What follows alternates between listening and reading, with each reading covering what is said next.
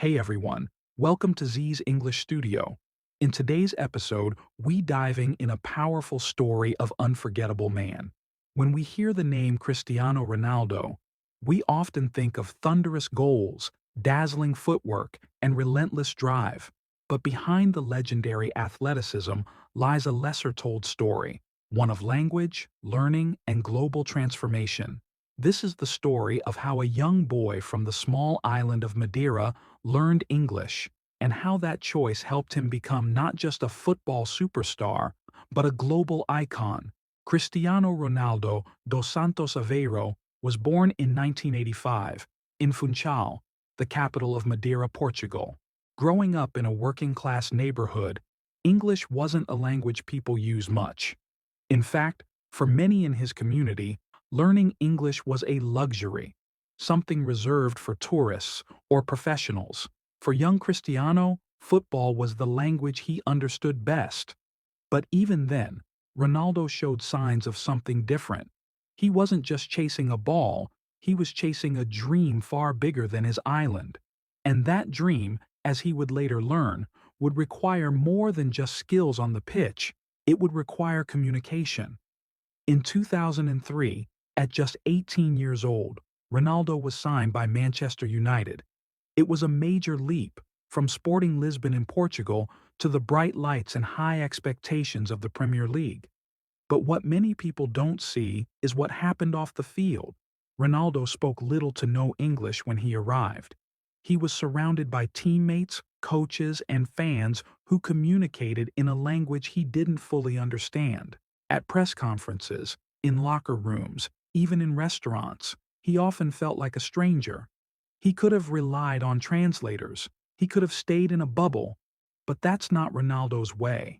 Just as he trained his body, he began training his mind. Cristiano threw himself into learning English with the same intensity he brought to football training. He practiced with teammates, listened closely during interviews, and paid attention to how others spoke. He wasn't aiming to become a poet. He wanted to be understood. He wanted to connect. He wanted to lead. And slowly, the results began to show. He began giving short interviews in English. He joked with teammates. He started to command more respect, not just for his talent, but for his effort to adapt and grow. This wasn't just about learning a language. It was about taking control of his career. As Ronaldo's English improved, so did his role at Manchester United. He became more vocal in the locker room. He began speaking directly to the press, sharing his goals, thoughts, and even frustrations. When you lead a team, especially an international one, the ability to speak a common language is crucial. English gave Ronaldo a voice, not just a translator's echo, but his own voice. This continued in his stints with Real Madrid and later Juventus. Although Spanish and Italian became part of his linguistic arsenal, English remained a key tool in building his global image. Let's talk business. Ronaldo isn't just a footballer, he's a brand. One of the most recognized faces on the planet. From Nike to Herbalife, from hotel chains to fashion lines, his business ventures require more than a strong right foot. They require communication, clarity, and charisma. His command of English has enabled him to appear in global ads, speak directly to fans, and conduct interviews that reach millions.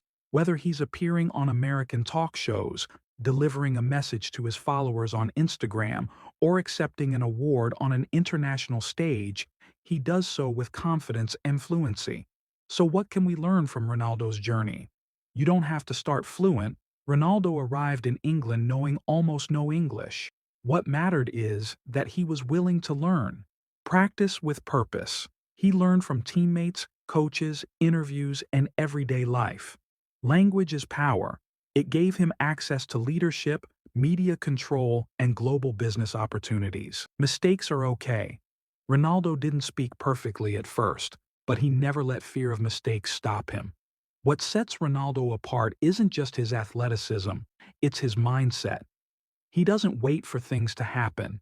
He adapts, he learns, and he evolves. He understood early on that to become more than just a footballer, he needed to master more than just the game. He needed to master communication. Today, Cristiano Ronaldo speaks English with clarity and confidence, not because it was easy, but because it was necessary. And his story is proof that language is more than just grammar, it's opportunity. So, next time you hesitate to practice your English or feel embarrassed about making a mistake, think of Ronaldo, standing in a Manchester locker room at 18, trying to understand his new world. He didn't let fear stop him, he let it fuel him. And today, millions listen when he speaks. That's the power of learning. That's the power of English. And that's the power of never giving up.